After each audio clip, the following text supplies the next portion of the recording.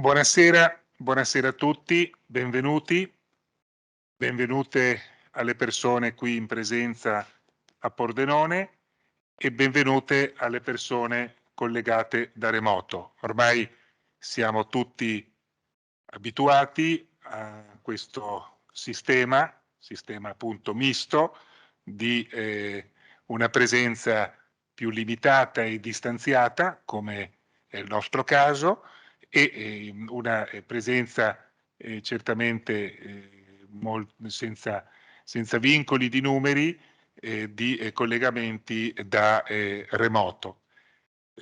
Questa sera, assieme all'assessore regionale alle risorse agricole Stefano Zannier e al direttore generale di ERSA Francesco Miniussi, presentiamo le prime valutazioni sull'andamento del settore agroalimentare del Friuli Venezia Giulia per il 2021. Sono dati che abbiamo raccolto come ERSA, che appunto, essendo come detto le prime valutazioni, le prime proiezioni, sono dati elaborati sino al 30 settembre del 2021. Poi nel corso delle prossime settimane, dei prossimi mesi, completeremo con l'ultimo trimestre e a giugno di quest'anno, come prassi, presenteremo il rapporto congiunturale sullo stato dell'agricoltura dell'anno precedente. Ma quest'anno, al pari degli anni passati, oltre al rapporto congiunturale, a giugno presenteremo anche un focus che quest'anno riguarderà il mais. Prima di addentrarmi e dare la parola ai due tecnici statistici che esporranno i dati, chiedo al direttore generale di ERSA, al dottor Francesco Miniussi, se ci può fare un indirizzo di saluto introduttivo all'incontro. Prego, direttore. Grazie Daniele, buonasera e benvenuti a tutti. Molto volentieri un indirizzo di saluto, ma forse anche qualcosa di più, perché credo che devo assolutamente evidenziare il grandissimo lavoro che ERSA con il suo servizio statistica sta facendo, perché ci sta consentendo di acquisire tutta una serie di dati estremamente importanti, e io non mi stancherò mai l'importanza di disporre di dati per poter poi fare delle scelte, ma soprattutto al di là della disponibilità dei dati, quello che conta in questo momento è la fruibilità dei dati, la fruibilità e la loro elaborabilità. Perché avere i dati sappiamo che è tutto sommato abbastanza facile, siamo pieni di basi dati, abbiamo fatto una riunione questa mattina, ne parlavo prima con l'assessore, con Agea e con la regione Agea, proprio per cercare di capire come sincronizzare i vari dati nelle banche dati esistenti a livello nazionale, gli scambi con le regioni e così via. Ma la vera difficoltà è rendere fruibili quei dati per poterli leggere in maniera intelligente e poi utilizzarli per le scelte politiche, perché non dobbiamo dimenticarci che a questo servono le scelte di indirizzo, le scelte strategiche che poi la regione deve compiere e vuole compiere. E quindi questo è assolutamente importantissimo e non mi stancherò mai di ringraziare chi sta lavorando su questo, perché è un lavoro certosino, un lavoro puntuale, un lavoro molto intelligente che poi ci permette appunto di elaborare le politiche, ma anche semplicemente le scelte gestionali. ERSA sta utilizzando tutti i dati in suo possesso anche per orientare determinate scelte nell'ambito dell'ente, ma addirittura anche il modo in cui ci si lavora sulla promozione, sulla partecipazione alle fiere e quant'altro. E probabilmente, ma probabilmente vorrà dire qualcosa l'assessore dopo, in un prossimo futuro ERSA aumenterà la quantità di dati di cui disporrà nei prossimi anni per una scelta che la Regione ha fatto di appunto dare ad ERSA un determinato ruolo che comincerà a esercitare per un po' e quindi questo diventerà ancora più rilevante. Quindi nient'altro, non voglio assolutamente aggiungere altro. Ringrazio ovviamente l'assessore perché ci onora con la sua presenza e per noi è particolarmente importante perché vuol dire che effettivamente anche lui crede in quello che stiamo facendo sotto questo profilo. Buona partecipazione per l'incontro, grazie ancora a tutti per quelli che hanno lavorato per poterlo organizzare. Grazie al direttore generale di ERSA, il dottor Francesco Miniussi. Informo che l'evento sull'andamento del settore agroalimentare in corso viene registrato e che non sarà memorizzato alcun dato sensibile. Quindi questa informazione, che appunto apparirà anche nella registrazione, serve perché poi questa presentazione la metteremo sul sito di ERSA e quindi sarà disponibile per chiunque la vorrà scaricare. Le riprese sono le riprese che vedete sullo schermo e sostanzialmente sono esclusivamente quelle del tavolo dei relatori e di chi interviene, quindi è appena intervenuto il direttore Miniussi e poi al termine interverrà l'assessore Stefano Zagnier. Questo per quanto riguarda anche gli aspetti di privacy che quindi riteniamo esperiti con questa comunicazione preventiva. Ho già detto che la programmazione che abbiamo per quanto riguarda i dati statistici prevede un appuntamento importantissimo a giugno con il rapporto congiunturale e con il focus sul mais. Negli anni passati abbiamo fatto altri focus, ricordo quella sul settore della birra, su quello del vino, sul settore ittico, della pesca, quindi dei focus che si ripetono anno dopo anno andando ad approfondire questi aspetti. Particolarmente apprezzato è stato quello del settore vitivinicolo, no? Perché per la prima volta l'anno scorso siamo riusciti a raggruppare, è vero Daniele Rossi, no? Tutta una serie di dati andando indietro negli anni e quindi a realizzare uno storico che ci permette e permette a tutti quanti ovviamente di avere dei riferimenti anno per anno. Questi dati, queste ricerche, questi focus sono tutte disponibili sul sito di ERSA, ma se qualcuno volesse avere anche degli approfondimenti, no? Ovviamente come servizio statistica, come giustamente diceva prima il dottor Miniussi, siamo a completa disposizione. Io voglio aggiungere anche che nell'arco di quest'anno, quindi fino alla fine dell'anno 2022, realizzeremo anche un approfondimento molto particolare sul settore della piccola pesca. Quindi su questo poi chiederò magari alla fine a Laura Zoratti, no? Magari di dire due parole in più di specificazione, mentre sul mais magari poi potrà dire in un minuto spiegare quello che intenderemo fare da parte di Daniele Rossi. Torniamo però alle prime valutazioni e quindi io cedo la parola ben volentieri al dottor Daniele Rossi per la prima parte di questa esposizione. Prego Daniele. Buonasera a tutti. Io andrò a presentare la parte inerente alle superfici e alle produzioni agricole che abbiamo presentato nel report.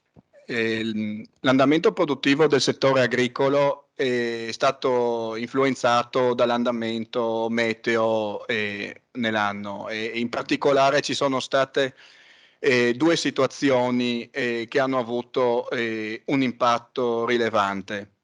La prima sono state le gelate primaverili, quelle del 7 e dell'8 aprile, mentre la seconda è stato il passaggio da un mese di maggio che è stato freddo e piovoso a un giugno che invece è stato caldo e secco.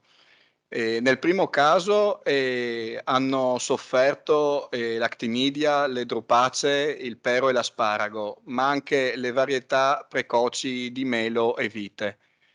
Mentre nel secondo caso il mais e l'olivo, ma in generale tutte quelle colture per cui non sono stati effettuati adeguati interventi irrigui.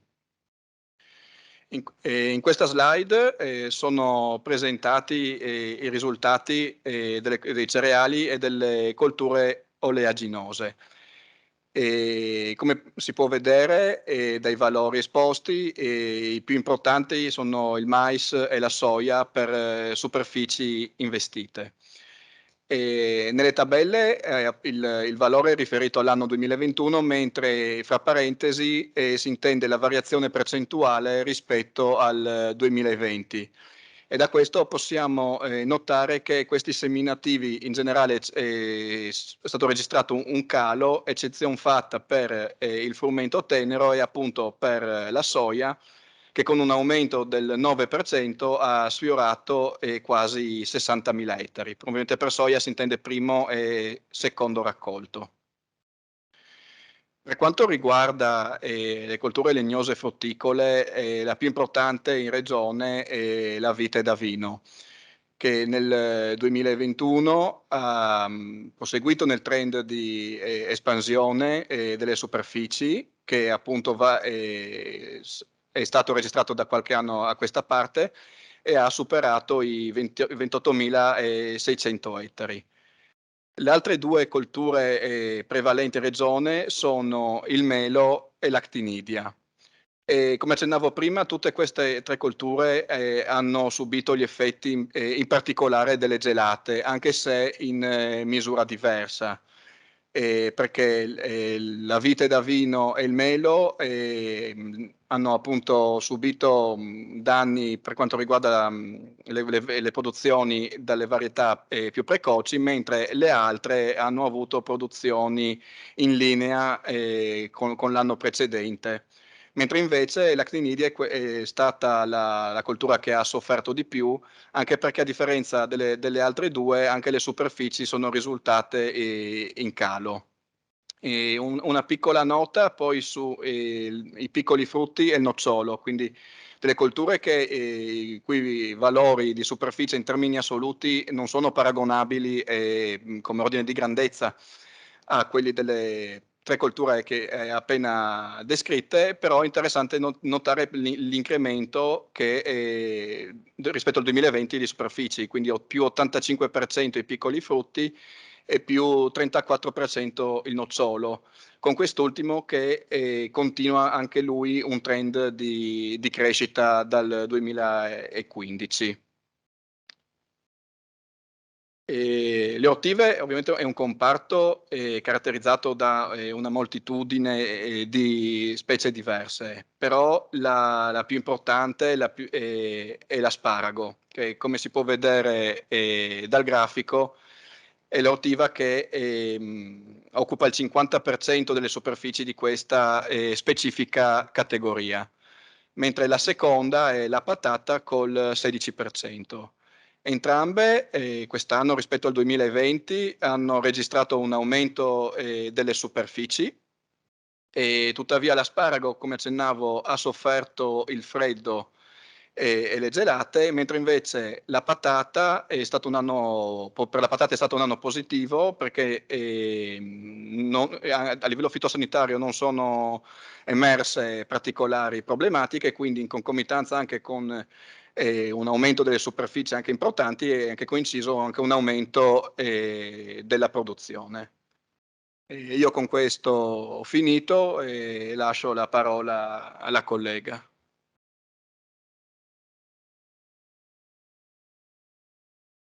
Bene. Buonasera a tutti. Buonasera a tutti. Io mi ricollego a quanto diceva adesso il collega Daniele, parlandovi di quelli che sono i prezzi delle colture. Per quanto riguarda le colture erbacee, quindi parliamo di cerealicole e di semioleosi, i prezzi in delle colture in Friuli Venezia Giulia hanno seguito quello che è l'andamento internazionale dei mercati. Quindi ci si è ritrovati che con i prezzi che sono aumentati già alla fine dell'anno 2020, per poi continuare nel trend di crescita fino al mese di maggio 2021 e dopo una leggera flessione durante il periodo estivo sono ricresciuti poi fino nel mese di settembre. Questo ha portato a degli incrementi importanti per molte colture del Friuli Venezia Giulia. Vediamo che molte hanno avuto, come il mais, la soia, anche il girasole, la colza, hanno avuto incrementi superiori anche al 40%. Per quanto riguarda l'andamento dei mercati internazionali, questo è stato collegato a una serie di concause. Una è data da una forte richiesta da parte della Cina di queste materie prime, che si è ritrovata a dover recuperare le proprie scorte dopo dei problemi a livello degli allevamenti, da problemi legati alla pandemia, perché si sono verificati delle difficoltà nella fase di disinfezione durante i trasporti e anche dei rallentamenti doganali. Questo hanno fatto aumentare i costi dei trasporti, per cui di conseguenza tutto ha influito sull'andamento dei prezzi, nonché alcuni casi particolari dove per esempio in alcuni grandi paesi esportatori si sono ritrovati con delle riduzioni di produzione, quindi ci sono state delle situazioni particolari per cui nell'insieme hanno determinato questo aumento dei prezzi. Per quanto riguarda le colture frutticole, in questo caso in Friuli Venezia Giulia c'è stata una difficoltà dovuta alle gelate tardive che hanno ridotto le produzioni, come diceva prima Daniele, e anche c'è stata una generale incertezza dei mercati dovuta a tutta questa situazione legata anche alla pandemia che ha reso difficoltoso i trasporti. Ci sono alcuni casi particolari per cui tuttavia ci sono verificati degli eventi positivi. Uno è quello dell'uva da vino, dove c'è stato un incremento del prezzo medio legato specialmente all'incremento dei prezzi delle uve DOP e IGP regionali. Per quanto riguarda il melo vediamo una leggera flessione, ma questo è un valore medio per cui ci si è ritrovati con alcune varietà che sono andate bene come le Fuji, le Golden e altre che invece hanno avuto andamenti contrari, quindi la media che riportiamo è appunto un valore che combina tutte le varietà. L'actinidia invece si è ritrovata con un andamento del prezzo in aumento perché a fronte di una diminuzione della produzione c'è stato comunque un incremento della richiesta. Asparago e patata invece hanno avuto una diminuzione e nel caso della patata in ogni caso l'aumento di produttività di cui parlava prima ha permesso comunque di stimare un valore economico in crescita. Per quanto riguarda la zootecnia e il settore ittico, bisogna dire che con l'allentamento delle restrizioni e l'apertura delle attività si sono ripresi i consumi. E per quanto riguarda la carne bovina e la carne suina, c'è stato un incremento degli allevamenti e anche questo è un dato al 30 giugno 2020. Risultavano aumentati sia gli allevamenti sia i capi allevati di entrambe le tipologie di animali. Le macellazioni erano diminuite, quindi hanno fatto stimare una produzione annuale in calo. Tuttavia, la situazione dei mercati con prezzi in aumento fino all'autunno ha permesso comunque di far registrare un segno positivo per questi due settori. Questo confermato anche per quanto riguarda poi nel caso particolare dei suini da un aumento della produzione di cosce di San Daniele del più 3% e per l'IGP di Sauris anche oltre il 5% rispetto al 2020. Le carni avicole, anche queste hanno registrato un aumento degli allevamenti in regione con una produzione stimata in crescita e favorita anche in questo caso da un aumento dei prezzi medi. Per quanto riguarda il latte, continua il trend di flessione, per cui c'è una riduzione del numero di allevamenti e della produzione di latte, tuttavia una nota positiva arriva dal DOP Montasio, perché appunto secondo un report sui consumi Smea Nielsen, al primo semestre 2021, in una situazione generale in Italia di calo dei consumi di formaggi che era attesa perché dopo un incremento importante nel 2020 si attendeva questa flessione, a fronte di DOP anche importanti come il grana padano e il parmigiano reggiano che hanno registrato segni negativi, il Montasio ha continuato nella sua crescita positiva segnando un più 11% di consumi appunto nel primo semestre dell'anno. Questo andamento dei consumi in ripresa si è verificato anche per il settore ittico, dove per quanto riguarda il pesce allevato, in particolare per la trota, si è ritornati ai livelli produttivi pre-pandemia e questo settore ha visto anche un cambiamento nelle abitudini di consumo degli acquirenti, perché appunto oltre al consumo di prodotto fresco c'è stato un grosso interesse per il consumo di prodotto trasformato a base di trota regionale. Situazione un po' più difficile per il pesce pescato invece, perché c'è stata una riduzione della produzione di pescato dovuta in particolare a dei cali nelle marinerie di Grado e di Marano Lagunare, mentre a Trieste la situazione è rimasta abbastanza stabile rispetto all'anno precedente. Abbastanza positiva la situazione sui molluschi bivalvi. In questo caso non teniamo conto della produzione di cozze, perché al momento della raccolta dei dati i dati non erano disponibili, tuttavia grazie alla raccolta in particolare dei fasolari è stata stimata una produttività in crescita per quanto riguarda il 2021. Guardiamo un attimo anche quelle che sono le aziende e l'occupazione nel settore agroalimentare regionale. Partiamo dicendo che il numero di aziende al terzo trimestre 2021 è risultato in aumento con più di 14.000 unità. Tra queste si suddividono le aziende delle coltivazioni agricole, produzione di prodotti animali, caccia e servizi connessi, con oltre 12.000 unità in leggera flessione, a cui si contrappone invece un incremento delle aziende dedicate a silvicoltura e uso di aree forestali, le aziende per la pesca e l'acquacoltura e anche aziende alimentari e delle bevande. In generale, per quanto riguarda il comparto agricolo, la forma giuridica principalmente presente è quella è una forma individuale, che però quest'anno, durante il 2021, è risultata in calo a favore invece di un incremento delle aziende con una forma giuridica di tipo societario, quindi società di persone, società di capitali, consorzi e cooperative.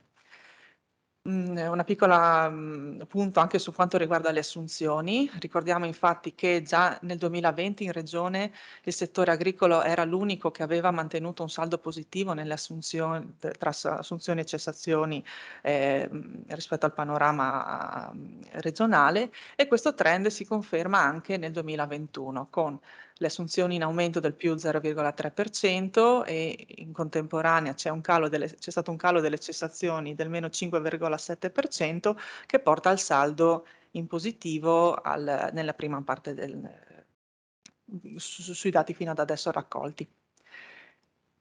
Concludo con quello che è l'import-export del settore agroalimentare.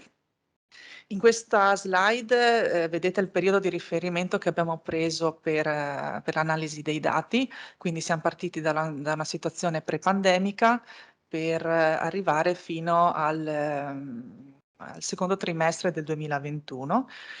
E in questo grafico si vede come ci sono stati dei cali nelle esportazioni dei prodotti regionali al secondo trimestre del 2020 in concomitanza del lockdown, e se ne è verificato un altro poi a livello del primo trimestre 2021 in occasione di ulteriori chiusure che si sono verificate nell'inizio dell'anno.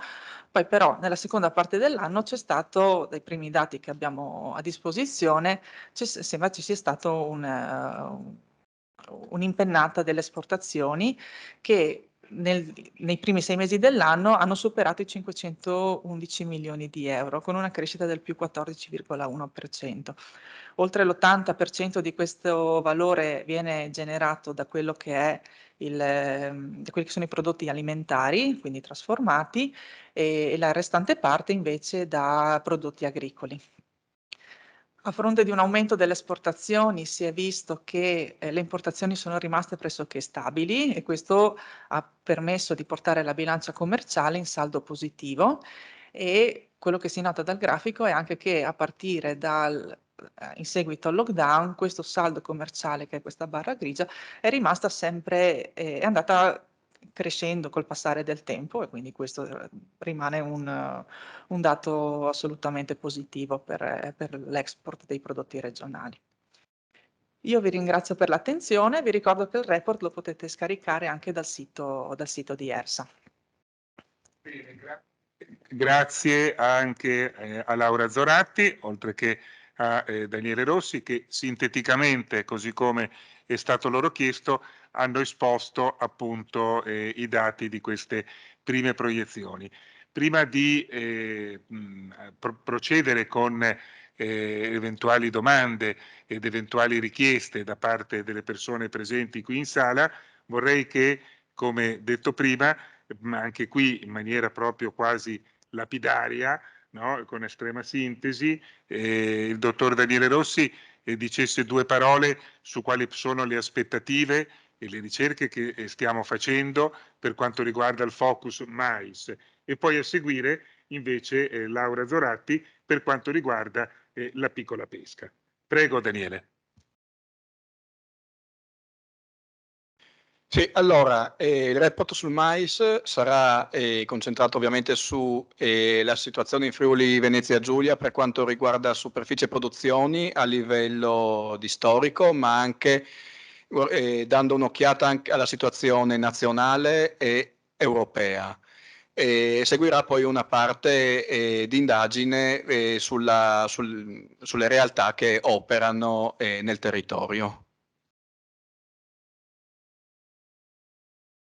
Bene, il progetto di cui parla il direttore Damele è un progetto Interreg, quindi tra Italia e Croazia, che si occupa di andare a raccogliere dei dati su delle imbarcazioni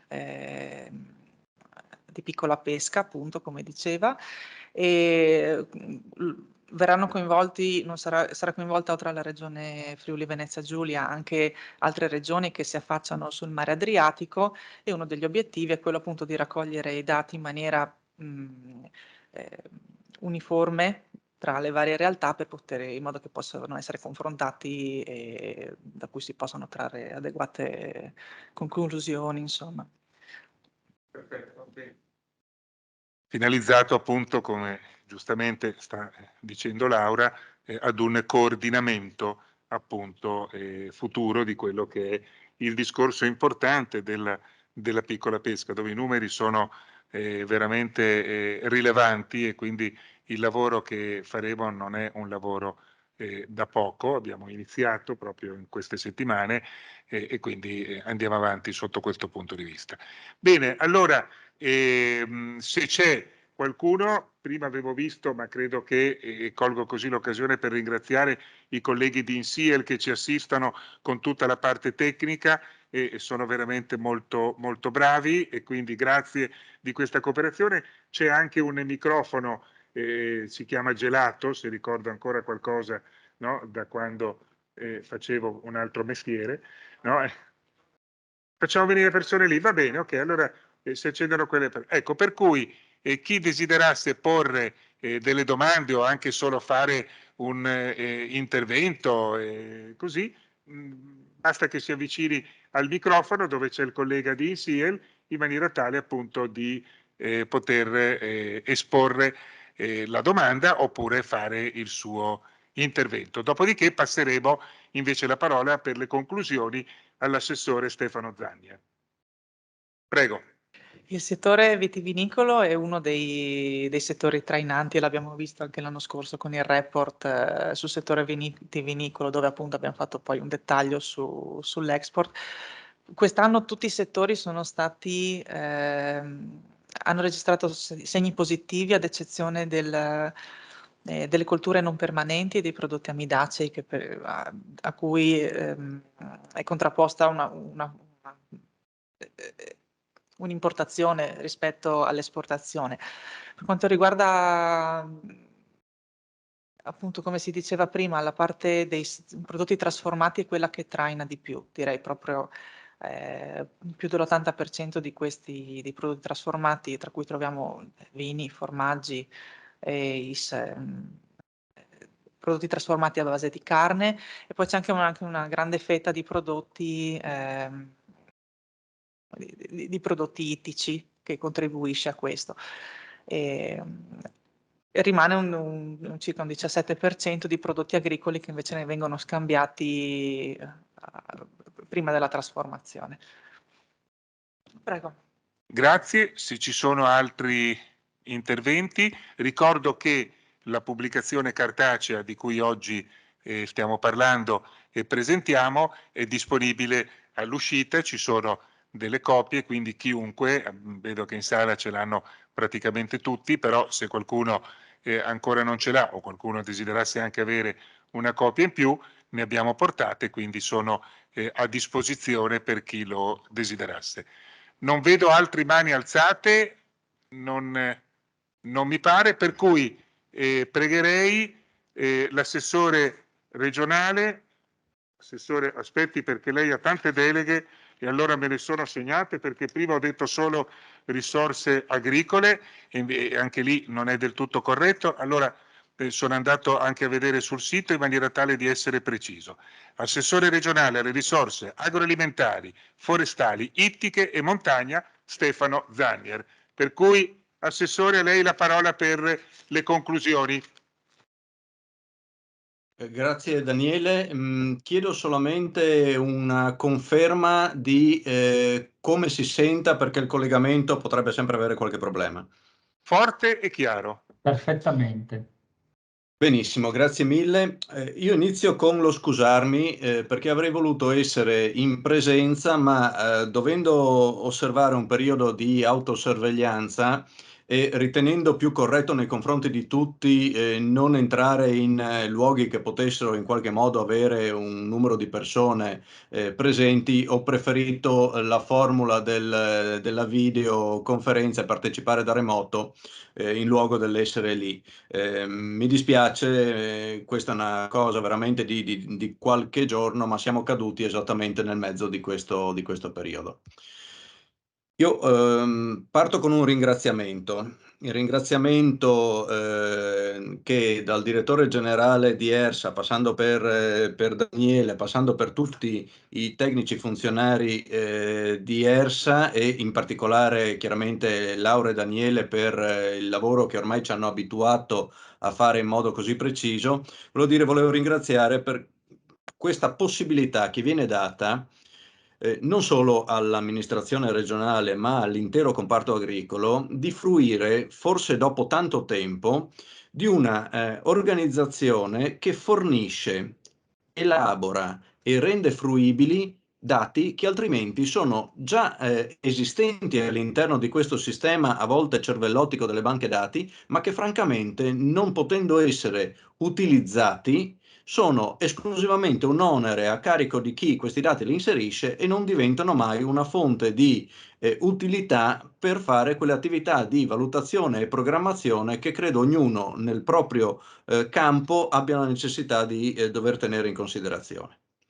Questo è un obiettivo che ci eravamo posti già da alcuni anni, che stiamo già portando avanti con una serie di incontri come questo. Li abbiamo fatti molti, l'ultimo non vorrei andare ed errare, ma eravamo in auditorium della regione con la presentazione anche del focus.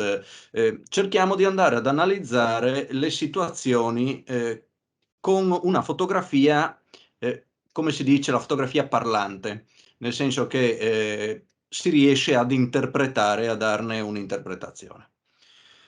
E questo, dicevo, era un obiettivo indispensabile dal nostro punto di vista di poter creare queste condizioni, perché era un'oggettiva difficoltà a lavorare senza avere la possibilità di confrontarsi con dei dati oggettivi.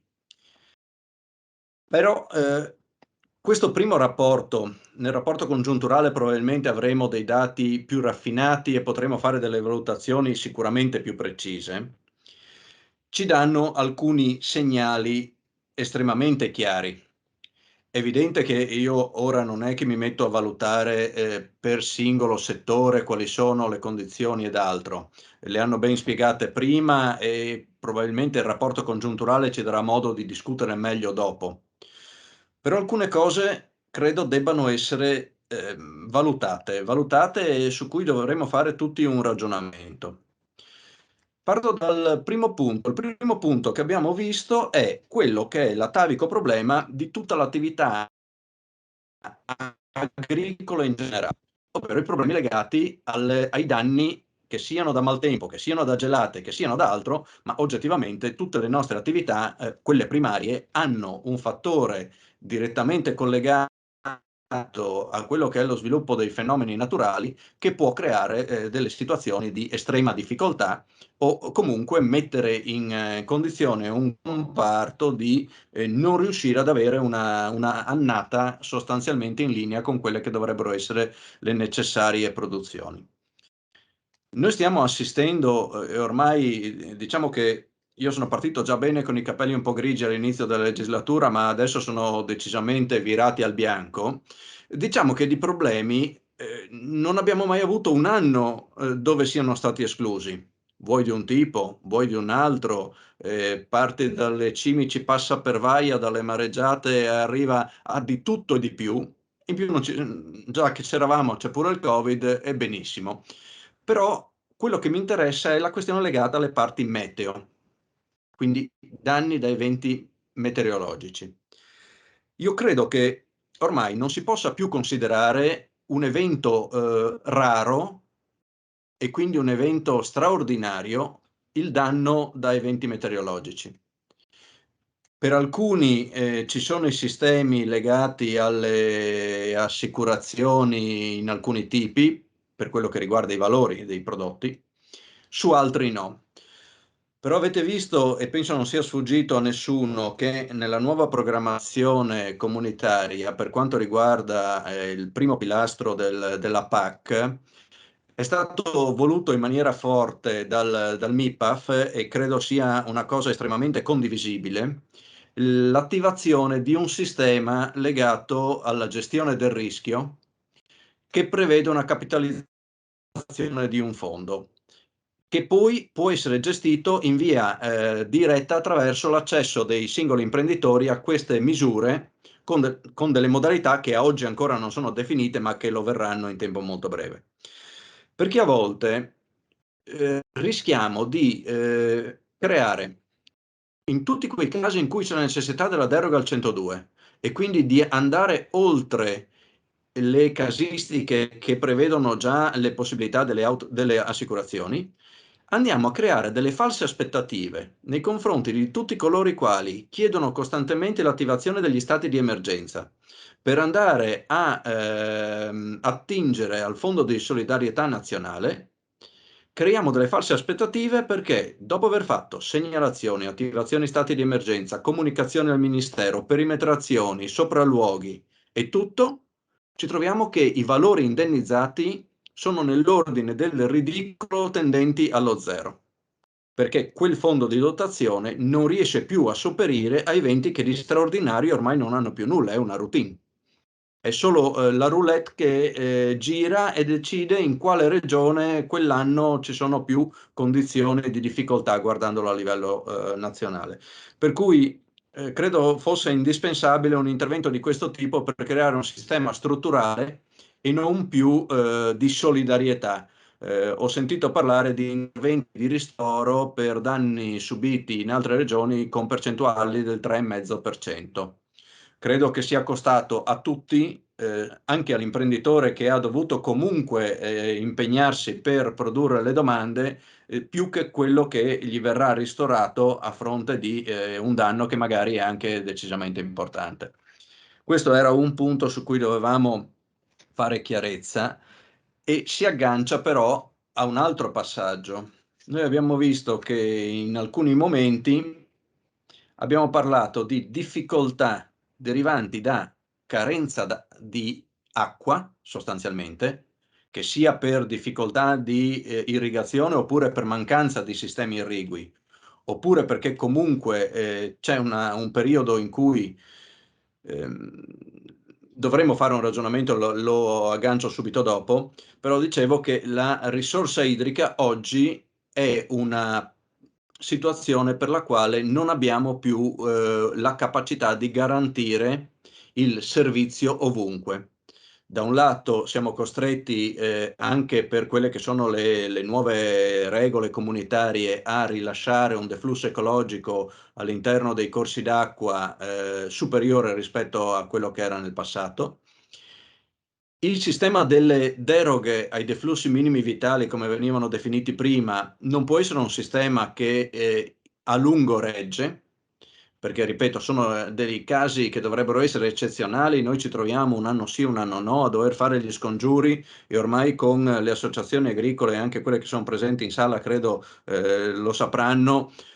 Mi sono messo nella condizione di, come ci sono alcuni periodi di siccità prolungata, di convocare una riunione per l'emergenza idrica, perché di solito porta fortuna e viene la pioggia, però mi sembra quasi che siamo diventati gli sciamani che cercano in qualche modo di trovare una soluzione affinché piova, perché dall'altra parte il sistema irriguo ha carenze nella sua capacità anche di essere efficiente nella distribuzione di quella risorsa che oggi c'è.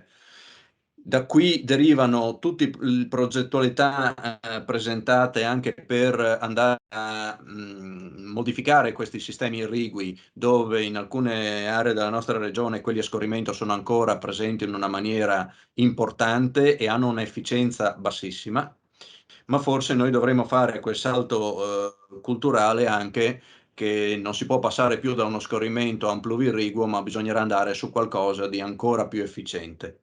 E qui abbiamo cercato di agganciare anche le nuove misure della programmazione PSR con la nuova misura 415 che so ha qualche problema adesso per riuscire a presentare le domande, e gli uffici stanno operando per capire i tempi delle necessarie proroghe dovute proprio a difficoltà a recuperare alcuni dati che non sono di pertinenza oltretutto della nostra direzione. Però volevo dirvi che abbiamo un periodo in cui, se guardiamo lo sviluppo temporale del comparto agricolo in regione, su una serie pluriennale, noi mediamente abbiamo impostato agli inizi addirittura del secolo, se vogliamo, scorso, un sistema irriguo, e nei primi decenni una serie di rapporti convenzionali per la disponibilità della risorsa idrica che viene utilizzata anche per altri scopi, penso principalmente a quella derivante dai sistemi degli invasi, che rende disponibile la risorsa sostanzialmente ai primi di giugno. Questo perché? Perché con semine a maggio, aprile, maggio, quello era il momento in cui c'era probabilmente l'esigenza più alta. Noi abbiamo avuto l'esempio nel 2020 di una siccità al mese di aprile incredibile.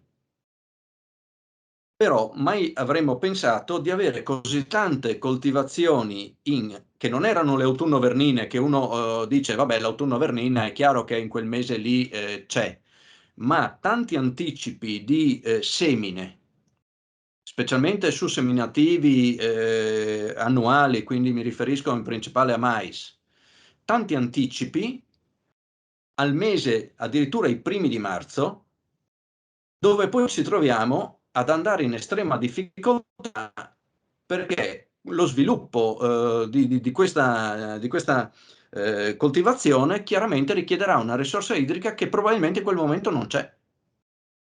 Ecco, questa è una condizione su cui abbiamo delle difficoltà nel ragionare. Ci sono delle prime valutazioni che iniziano ad essere anche fatte, credo, ne abbiamo parlato col dottor Migniussi, anche su degli approfondimenti rispetto a varietà che possono essere più rapide negli accrescimenti e che consentono quindi di mantenere sempre la secondo raccolto e tutto, però oggettivamente questo primo periodo dell'anno crea grossi imbarazzi, perché facciamo fatica a coprirlo.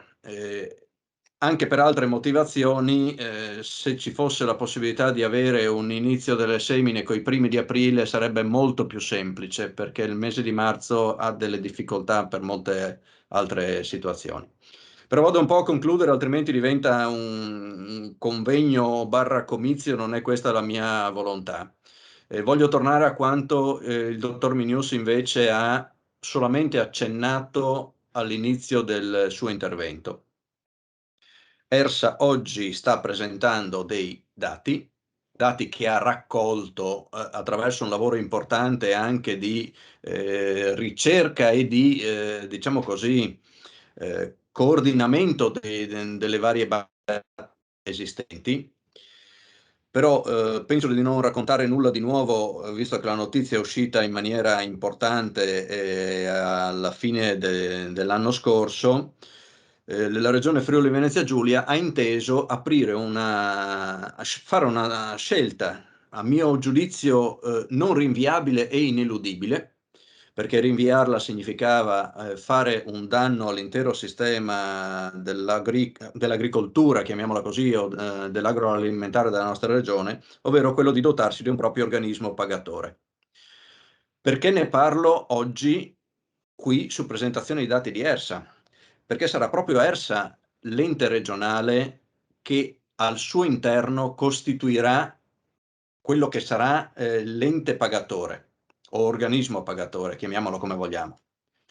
È chiaro che lo farà con una struttura dedicata che verrà costruita ex novo, che avrà oltretutto una sua indipendenza anche dal punto di vista della governance, perché è obbligatorio come requisito per poter ottenere il riconoscimento, ma è altrettanto evidente che questa scelta, e chiudo con questo concetto, ci metterà per la parte pagamenti, auspicabilmente di arrivare al tempo più breve possibile a raggiungere gli standard ai quali ci affideremo, che sono nella maggior parte quelli legati all'organismo pagatore veneto, ma non solo, ma ci consentirà a questo punto di avere noi stessi le banche dati in casa, con un sistema di interscambio che è quello al quale faceva riferimento anche il dottor Miniussi a livello nazionale, ma potremo sostanzialmente essere nella condizione di avere in via sostanzialmente di aggiornamento continuo una fotografia che possiamo andare a valutare in ogni momento quando ne abbiamo la necessità. Mentre oggi siamo costretti a intervenire facendo scarichi di dati in momenti più o meno prefissati dell'anno, secondo criteri che non sempre sono quelli che ci garantiscono di poter poi elaborare quel dato in maniera corretta o efficace, ma ci consentirà di disporre sostanzialmente di tutto quello che è la fotografia parlante della nostra regione. Ecco, questo sarà un'ulteriore evoluzione, se vogliamo, viene in piano secondario rispetto all'organismo pagatore, che sicuramente è una sfida difficilissima, ma che abbiamo anche tutte le capacità per raggiungere. Per cui se qualcuno mi chiede: ma non sei preoccupato? Sì, ma sono anche tranquillo perché so che abbiamo la capacità per poterla portare a casa e farlo funzionare come Dio comanda. Cosa che, apro e chiudo parentesi, evitate di chiedermi commenti su come funzionano le situazioni oggi, perché potrei avere qualche leggero problema essendo anche registrato il tutto. E quindi dicevo, è una sfida difficile, ma sono abbastanza tranquillo nel poter dire che noi siamo nelle condizioni di portare a casa il risultato. Dovremo lavorarci in maniera incredibilmente pregnante per tutti questi mesi che ci richiederanno per la costituzione, sostanzialmente, per la definizione, per le articolazioni, per le dotazioni hardware, software, tutto, ma siamo nelle condizioni di farlo. Altrimenti penso che solo un folle all'ultimo anno vero di legislatura si inventerebbe di assumere una scelta così rischiosa, se prima non ci fosse stata un'analisi veramente attenta di quelle che sono le capacità della nostra amministrazione di riuscire a vincerla quella sfida. Quindi io mi fermo qui, penso di aver dato una serie di spunti su cui l'intero sistema è bene che ragioni, ma ci diamo appuntamento a quello che è il vero momento di definizione degli scenari, che è il rapporto congiunturale, dove quest'anno abbiamo voluto il focus sul mais, perché a volte si è sempre da questa teoria è tutto fatto per il no mais, però io continuo a rilevare che in questa regione il mais è una delle coltivazioni assolutamente presente, che tiene sostanzialmente i livelli, che è indispensabile per determinati comparti, oggi gli allevatori dei comparti da latte che hanno disponibilità di propri terreni per coltivare mais hanno avuto un impatto minore da quell'aumento di costi che dall'altra parte si è generato, quindi credo sia corretto che anche questo settore abbia la dignità di essere analizzato, dando poi quelli che saranno risultati asettici, tecnici, con rigore scientifico, che poi potranno essere utilizzati nei modi in cui ognuno ritiene di farlo. Vi ringrazio ancora per la presenza, in presenza, scusate il gioco di parole, e da remoto, e avremo modo di ritrovarci al più presto di persona, perché francamente ne abbiamo un po' tutte le scatole piene di questa condizione. Grazie. Bene, non so se si è sentito, Assessore, ma qui è partito anche un applauso alle sue parole. Quindi grazie Assessore. L'incontro volge al termine, è terminato con l'intervento dell'Assessore Stefano Zannier e come ha correttamente appunto ribadito lui, il nostro prossimo appuntamento per questo tema dei dati è per il mese di giugno, dove avremo un rapporto congiunturale Focus Mais e dove stiamo cercando di fare una presentazione di un certo tipo proprio come dire, sul campo o quasi. Cercheremo di farla in una zona che possa essere molto fruibile, accessibile, all'aperto se il tempo atmosferico ce lo permetterà, in maniera tale da favorire appunto, come giustamente diceva l'assessore Zannier prima, un incontro magari esclusivamente in presenza, di cui ormai da troppo tempo si sente veramente la necessità. Grazie a tutti i presenti, grazie alle persone che ci sono collegati, all'assessore Zannier e al direttore generale Biniussi. Buonasera. Grazie a tutti, buona serata. Buona serata a tutti, ciao ciao.